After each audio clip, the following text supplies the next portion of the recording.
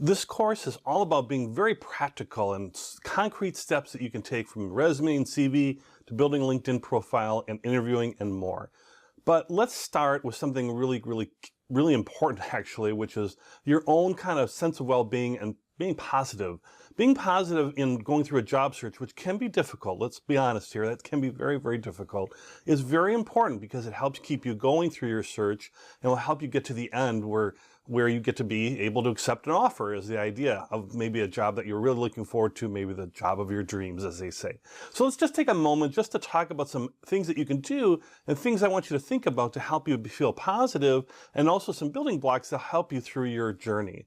So first off, I would like you to think about that you're making a great change in your career and life, and soon. And I guess that's the key part, is it's not immediate, it's soon. Now how fast that happens as far as your job search and eventually landing a new job varies by person. And the whole idea of this course is to help you get a job very quickly and a better job very quickly. But it takes time, and some longer than others. But the key thing to take away is, if you look forward down at that light at the end of the tunnel, things are going to be better. Things are going to be much better for you in your life and in your career.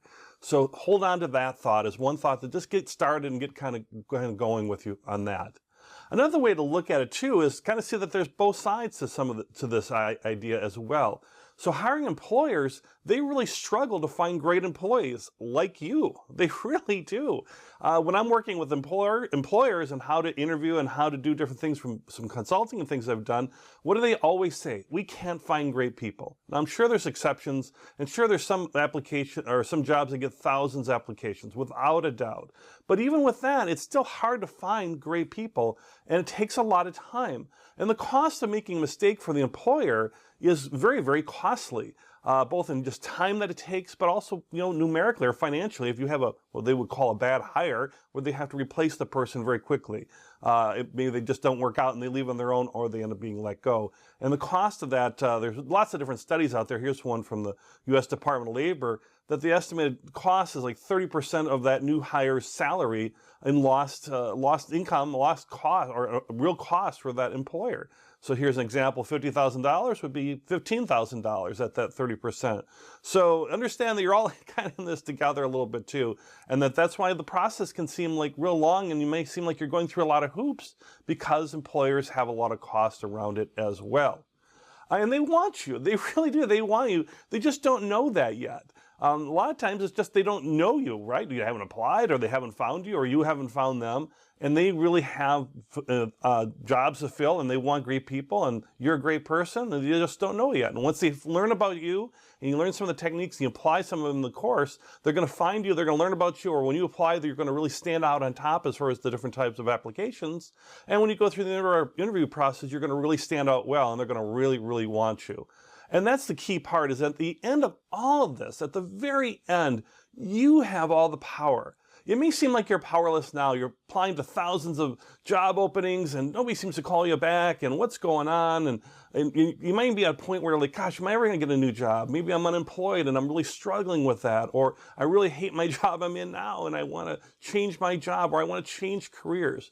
Understand, at the very end, you have all the power. And what I mean by that, at the very end, you're going to get a job offer. Hopefully you'll get multiple job offers is the idea. And then you can negotiate off those job offers. And you have that power from a negotiation standpoint, and you have that power to say yes or no. And that's where your power comes from. You can always decline a job offer. Remember, employers have a hard time finding great people and hiring great people and making good decisions around hiring great people. So when they find a great person, they really want them, especially when they've come to the end of this long process themselves. So in the end, you have all the power, and you can really kind of leverage that power in terms of better negotiation for better salary, better benefits, maybe better working conditions. And in the end, if it doesn't work out for you, you can say, you know what, thank you for your time, but I've decided to go somewhere else. You have all that power, and that's really, I hope to think, comforting, that in the end, that's what it ends up being. At the end, it's not them who have the power, it's you who have the power. And one last thing, just as far as feeling a little better about yourself, feeling a little bit better about this whole process, is think about your past successes on the job, or in life in general, but particularly think about it in the job. Think of those, those great performance reviews you've had, or that pat on the back you've had, or you completed the project well ahead of time, or you really worked well as a team, or maybe you led a team, or maybe you achieve some great measurable results, maybe in sales or reducing costs or building revenue or customer experience, or those great customers you worked with. Think of those great experiences and really get them in your mind, and so they're very tangible, because that'll make you feel better about, like, gosh, I really am good. And be the hero of your story, because you are the hero of your particular story. And you have heroic moments. You may think you don't, especially if you're kind of in a little down phase right now, but you really do. So reflect back on that and those successes, because you're going to be able to repeat those successes as we go through the practical aspects of the course around things like, when you're doing your job interview, you'll be able to share some of those successes in a good and maybe a humble manner, but in a good manner, so they'll, the potential employer for you will be excited and want to talk to you more about your successes. So be the hero of your story. And one great technique to actually use for that is to review your resume now, or CV. So we're going to really build that up, later in the course. You could skip right to that if that is a part that you need to do right away, is, let's say, a resume, or really update it. And you'll be putting in your resume things that are real measurable accomplishments, and some things that are in there that stand out more than just, this is my job title and where I worked at.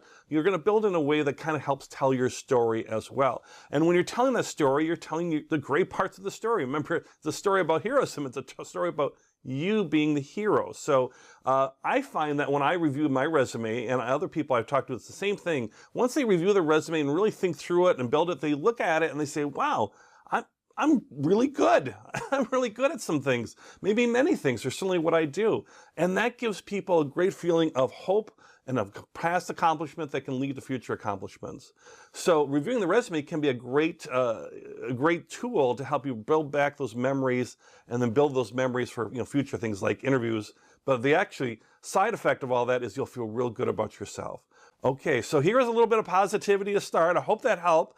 If not, we're just going to get right into some of the, the real, key parts to do here coming up next. But understand, being positive through that interview process can really make the difference. I know when employers are looking to hire people, they don't know about your job search. They don't know that you maybe have gone through a lot of applications, or maybe even through some or maybe many rejections. All they're looking for is, do I have a great candidate? And they're looking for candidates who are showing that positive attitude throughout the process. So be positive and be the hero of your story.